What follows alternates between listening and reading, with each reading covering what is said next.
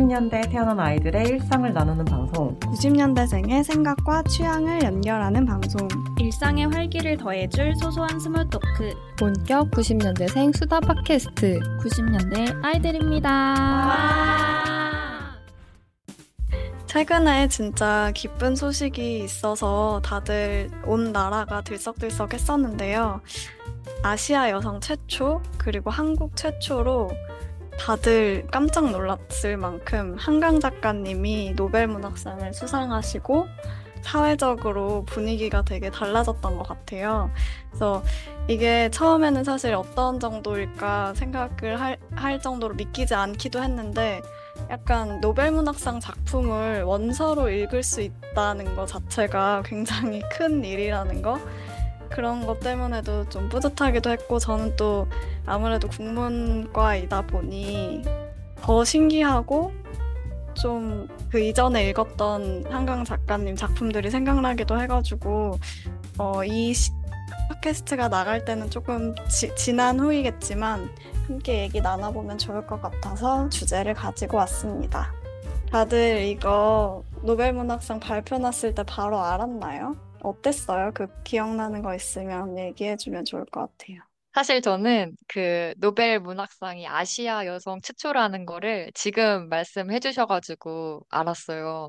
그리고 이제 제일 많이 놀랐던 건 그 주변 사람들이 스토리에 한강 노벨 문학상이라는 거를 많이 정말 많이 올리시더라고요. 그리고 지금 이제 그 저 회사 근처에 교보문고랑 영풍문고가 둘 다 있는데 정말 그 한강 노벨 문학상으로 완전 쫙 도배가 되어 있어요. 근데 사실 저는 한강 작가님의 책을 아직 한 번도 읽어보질 않았어요. 그래서 좀 이 상을 타기 전에 읽었으면 좀 더 좋았겠다라는 생각은 들었어요. 멍이랑 마찬가지로 인스타에서 스토리를 보는데 저도 이제 국문과 출신이다 보니까 주변에 국문과 친구들이 많잖아요.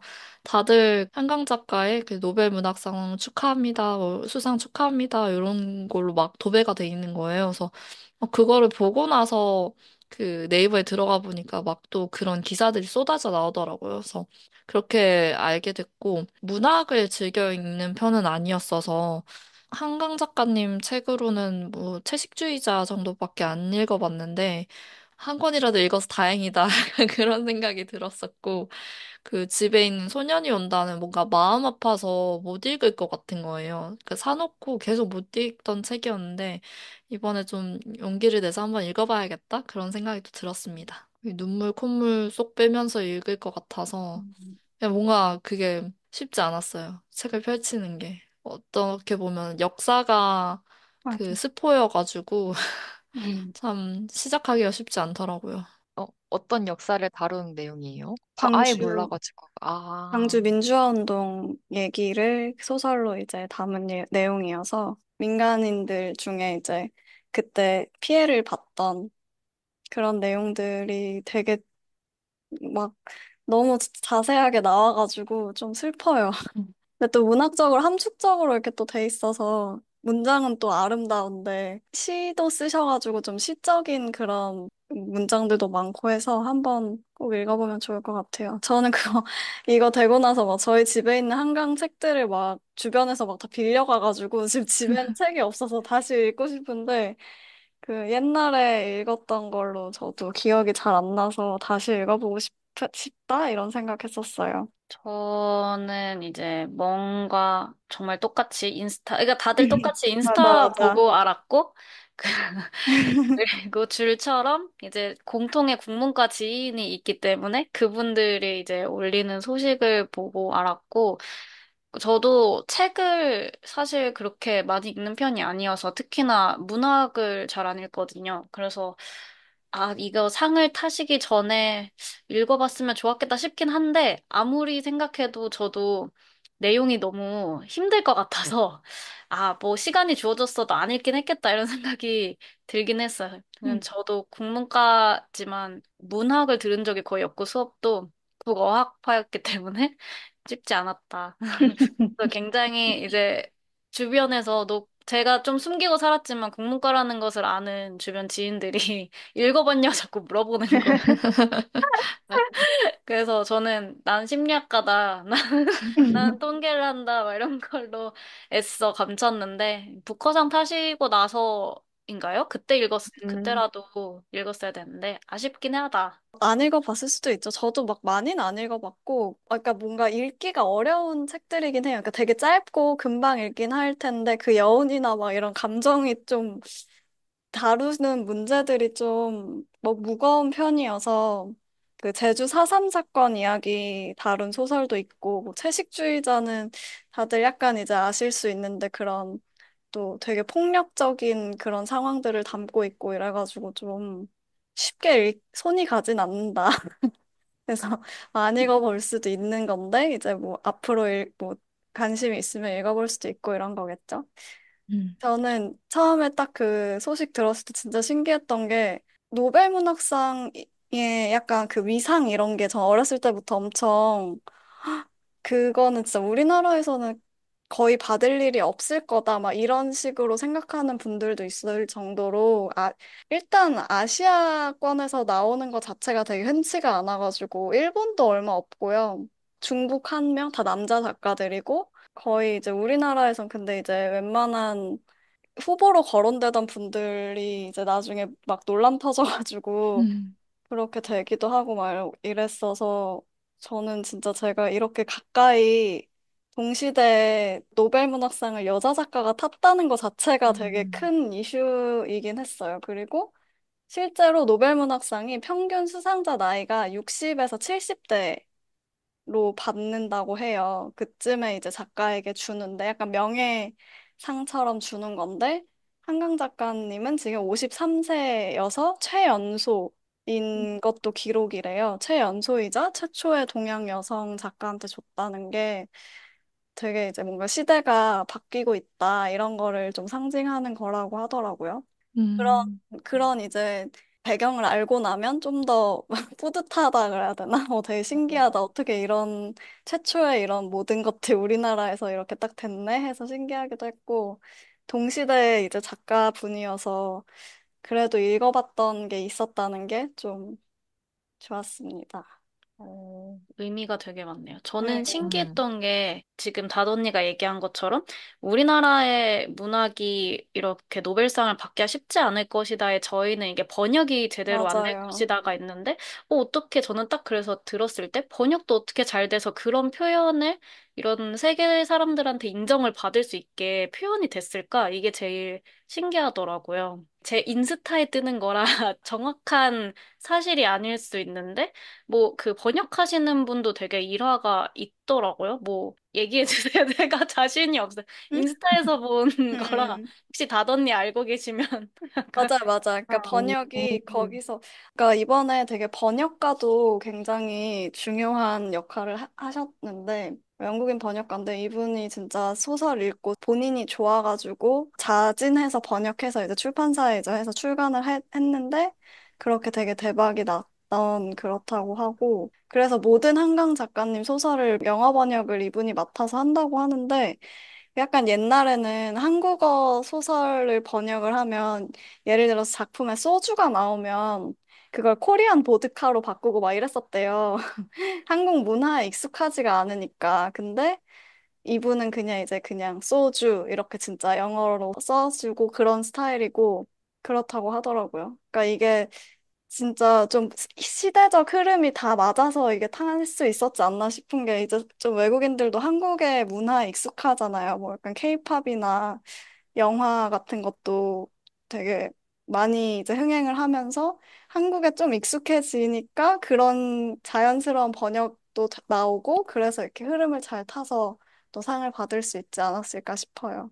아, 이거는 조금 음. 다른 소리기는 한데, 왜 얼마 전에 로제 아파트 노래 아, 혹시 맞아. 들어보셨나요? 네, 그래서 좋죠. 그거 생각났어요. 에, 아, 네. 에, 에, 맞아, 맞아. 그게 보니까 기사 보니까 무슨 독일 클럽인가? 거기서 막 다 같이 막 아파트 막 한다고 하더라고요. 그러니까 좀 많이 신기했어요.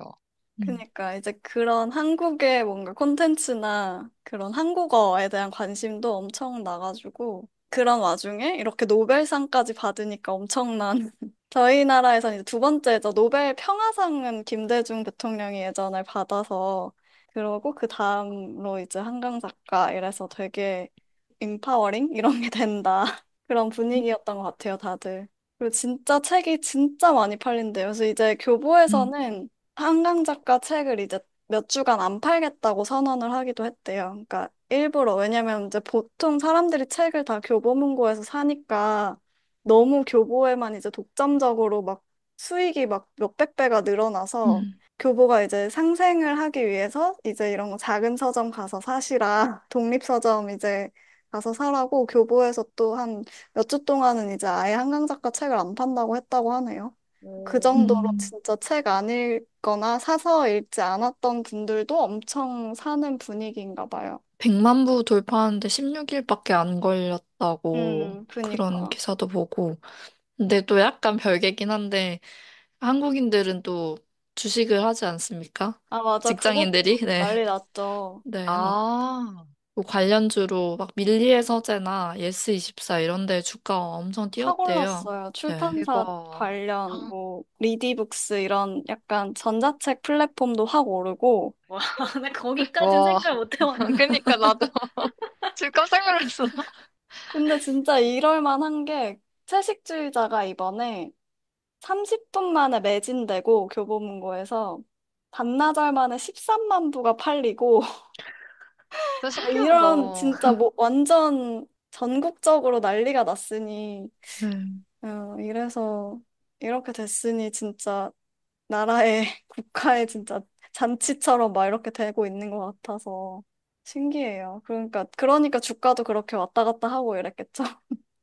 음. 그러게. 진짜 막 그래서 신기한 일들도 많이 막 발생한 것 같은데 한국도 그런데 이번에 그 벨기에 도서관에서도 책이 도난을 당했대요. 그걸 한강 책이요? 한강 그 발표 이후에 아. 채식주의자 한 권이 분실되고 막 누가 이제 가져가서 읽은 거죠. 사실 매년 노벨 문학상은 선정이 됐을 텐데 이전은 사실 잘 모르거든요. 근데 이게 전 세계적으로 막 그렇게 난리라는 게 음, 물론 이제 이제 평소에 관심 있었던 맞아요, 사람들이겠지만 맞아요. 그냥 항상 외국 작가가 받아도 문학상 받으면 늘 이제 화제가 돼서 서점에 이제 그게 한번 쫙 깔리거든요. 그리고 이제 출판사들에서도 그래서 노벨상 타면 그 작가를 엄청 홍보를 해요. 그 라인을. 이제 그런 뭐 출판사 다니는 친구도 있고 이러니까 노벨상 수상이 그 발표가 11시, 밤 11시인가? 그렇게 되는데 그날은 그래서 전날 그냥 야근을 한다고 하더라고요. 근데 어, 보통은 해외문학팀이 야근을 한대요. 왜 보통 해외문학 그 작가가 받으니까 어, 전혀 예상을 못하고 있다가 막 출판사 실시간 캠 이런 반응 이런 거 막 나중에 인스타에 올라온 거 봤는데 진짜 다들 막 놀라가지고 뭐라고 잘못 어, 들은 거 아니야? 이러면서 막 하고 그 신문들도 다음날 바로 특보를 실어야 되잖아요. 약간 밤 늦게까지 야근을 하고 있었는데 11시에 갑자기 우리나라 작가가 타서 진짜 그날은 그냥 야근해서 밤새도록 기사 써서 특집 기사로 내보내고 막 이랬다고 하더라고요. 그래서 되게 다들 예상치 못했던 엄청난 큰 경사였다. 음, 음. 그리고 이거는 사실 그냥 느낌인데 이름부터가 너무 멋있는 것 같아요. 마치 음. 받을 운명이었던 것처럼 뭔가. 그러게요. 그러니까 이름이 너무 멋지죠? 한강 작가 집안도 애초에 약간 문학 쪽에 뼈대가 있는 집안이더만요. 맞아, 맞아. 아버지도 작가시고, 뭐, 남동생분도 다 그런 쪽으로 일을 하시는 분들이더라고요. 제가 회사가 종로구에 있거든요. 네. 현수막에 그 왜 국회의원들인가 막 이렇게 현수막 달아놓잖아요. 음, 우리 종로구민 한강 작가님이 수상했습니다. 아, 이렇게 맞아, 걸려 맞아. 있어요.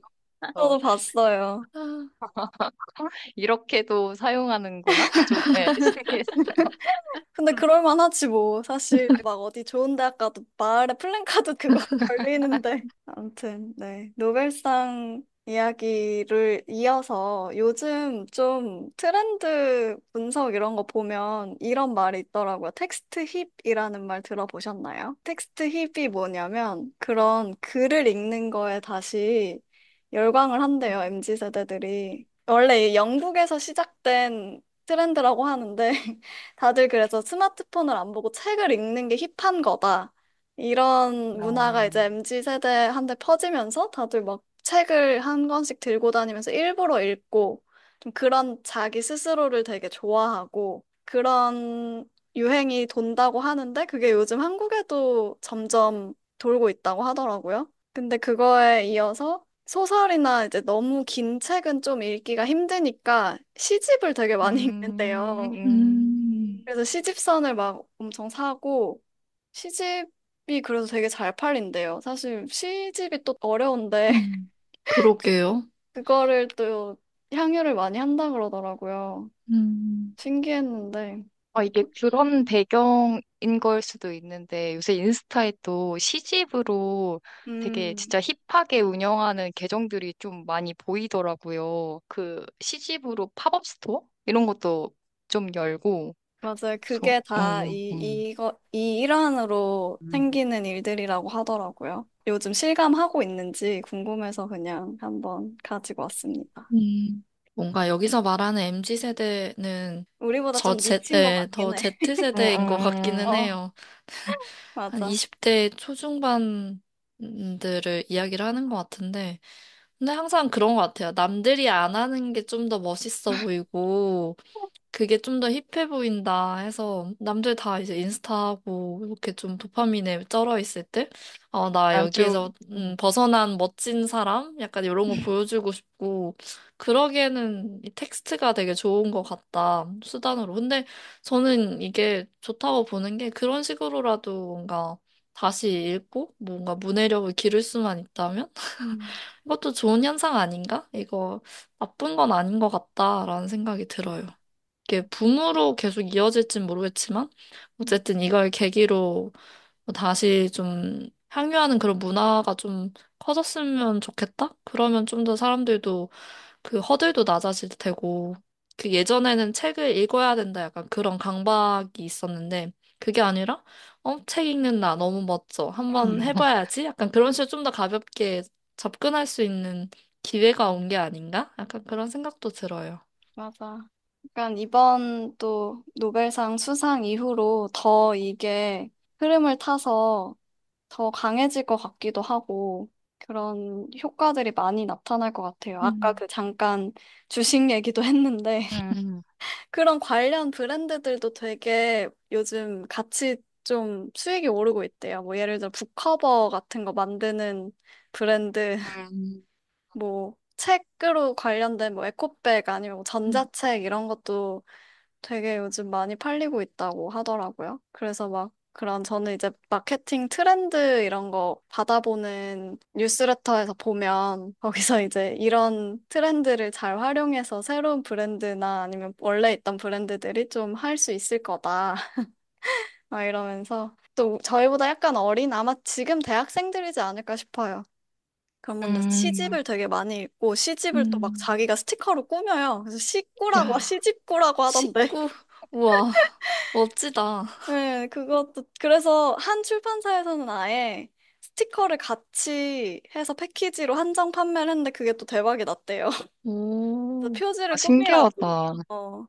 그래서 그냥 진짜 책을 읽는 행위가 좀 어렵고 막 하기 싫은 것보다 자기가 막 멋지게 막 하고 힙한 고리타분한 게 아니라 좀 힙한 쪽으로 가는 게 신기하기도 하고 아까 줄이 말한 것처럼 긍정적인 변화인 것 같기도 하고 그래요. 이왕이면 또 그렇게 됐으면 좋겠네요. 옛날에 저희 음. 피겨 스케이팅 김연아 선수가 아, 막 국제적으로 이제 맞아, 큰 맞아. 상들을 많이 받고 나서 김연아 키즈가 많이 생겼잖아요.